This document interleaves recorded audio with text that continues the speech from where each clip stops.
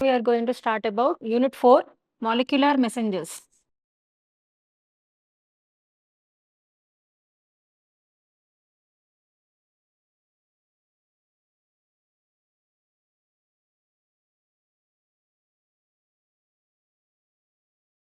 So first, what do you mean by molecular messengers?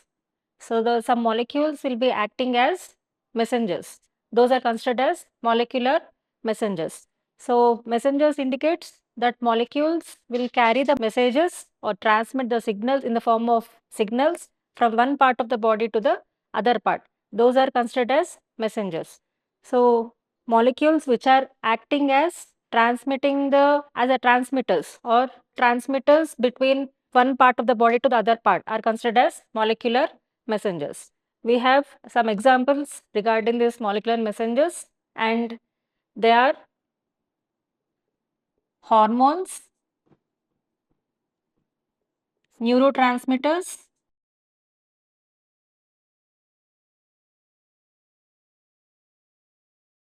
cytokines,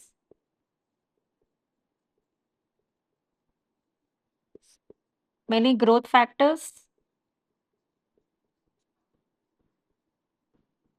So these are considered as molecular messengers. We have so many molecular messengers. We are talking about only few. So these are considered as molecular messengers, means they carry the information from one part of the body to the other part. So as our body is made up of cells, so these molecular messengers, they enable the cells to communicate and coordinate between them to get a response. So these molecular messengers act as transmitters by transmitting the signals from one cell of the body to the other cell. So they communicate between the cells and enabling the cells, those cells to communicate and coordinate with each other to get a proper response. So in general, they are mainly used in various biological processes developing. They play a very crucial role in various biological processes and in finding out new diseases and finding out new strategies for curing those diseases.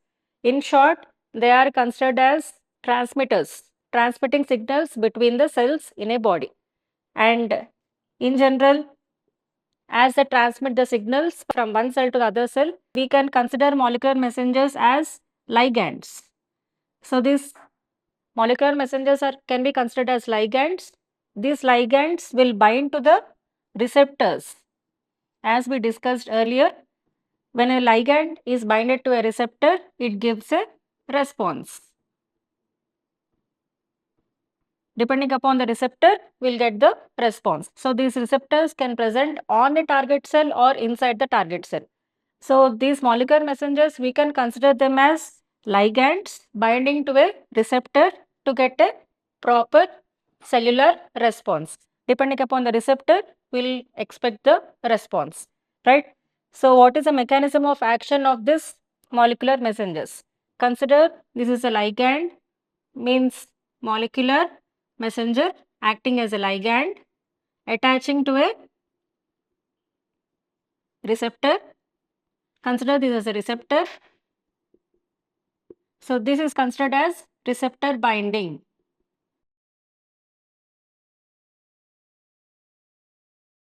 Ligand receptor binding or molecular messenger receptor binding. When a molecular messenger, in order to communicate between one cell to other cell, it should attach to the receptor of that cell, right? So we consider molecular messenger as a ligand. So this ligand is attaching to the receptor through a process called receptor binding. So this molecular messenger in the form of ligand can attach to the receptor present on the target cell or inside the target cell. Any of those receptors, means molecular messengers in the form of ligand, can attach to the receptors on the target cells or inside the target cells. So anyway, that is considered as receptor binding. So after the receptor binding, we'll see some cascade of events. Cascade of events means series of cellular events. So this is considered as signal transduction. Signal transduction. So by binding of a molecular messenger in the form of a ligand on or inside of a receptor of a target cell, It activates the intracellular signaling pathway that is considered as signal transduction. So, when a ligand is attached to a receptor, the signal is released. That signal will be transduced, means that signal transduction involves series of cellular events involving activation of intracellular signaling pathway will get activated. That process is considered as signal transduction and it gives the response. So, this response may be change in the gene expression or enzyme activity or muscle contraction or other brain functions, etc. It can be any response. So, this is the mechanism of action of molecular messenger. So, it communicates from one cell to other cell by transmitting the signals. So, this is the mechanism of action. It molecular messenger in the form of ligand can bind to the receptor which may be present on the target cell or inside the target cell. So, that is considered as receptor binding.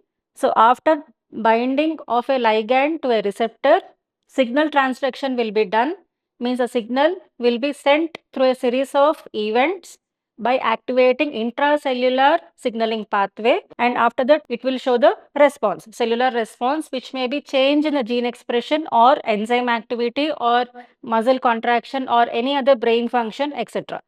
So, this is the mechanism of action of molecular messengers action. So, these molecular messengers may be small drug molecules or maybe hormones or maybe neurotransmitters or maybe cytokines or growth factors or anything. So, these molecules will be acting as molecular messengers by transmitting the signals. So, we will study any of them in detail. First, we will talk about this hormones. So, these hormones are released by endocrine glands. Hormones are released by endocrine glands,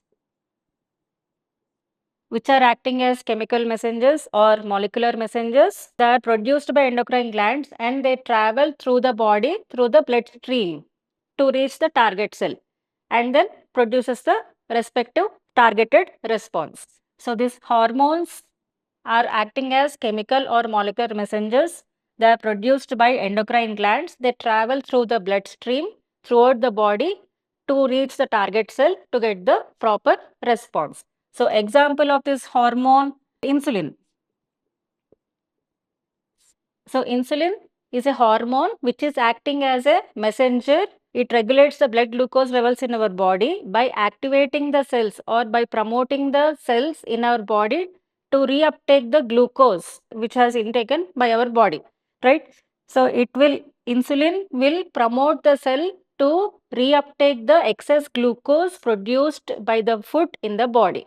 So, this hormone is acting as a messenger, chemical messenger by activating the cells in our body to reuptake the excess glucose produced or formed through our food or produced in our body by any way. So, that excess glucose should be controlled by the cells in our body with the help of this insulin. Insulin will promote the cells to take the excess glucose. By this way, insulin is acting as a molecular messenger or chemical messenger.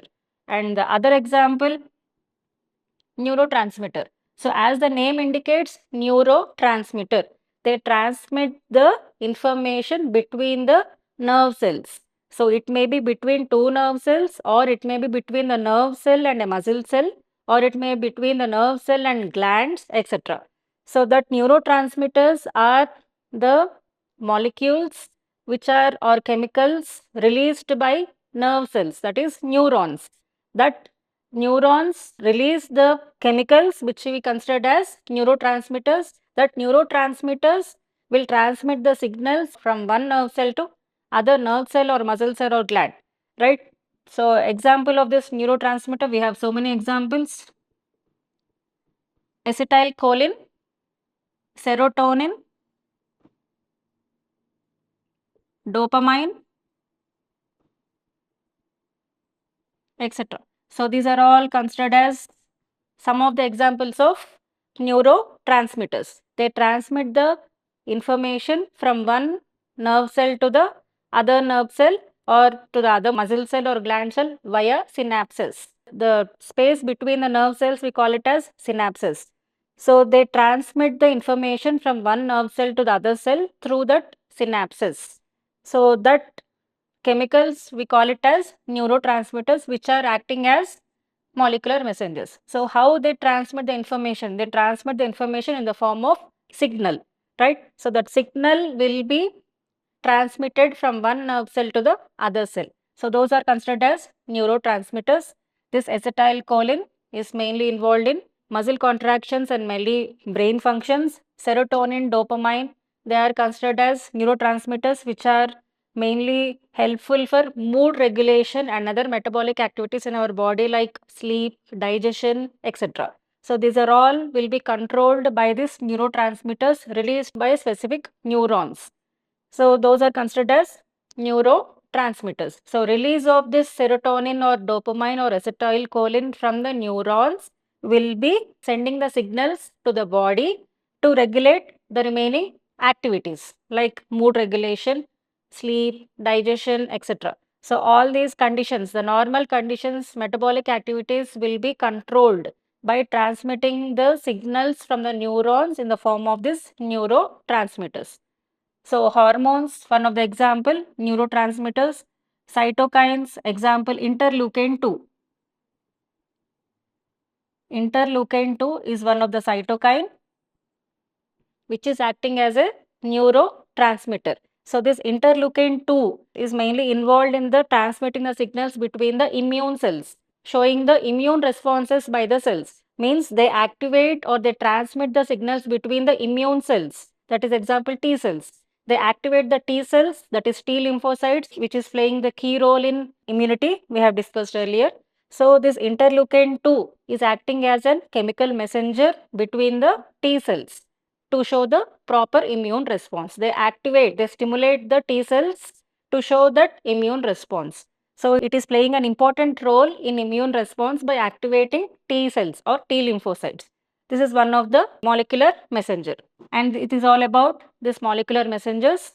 These molecular messengers carry the signals from one part of the body to the other part by transmitting the information in the form of signals from one cell to the other cell.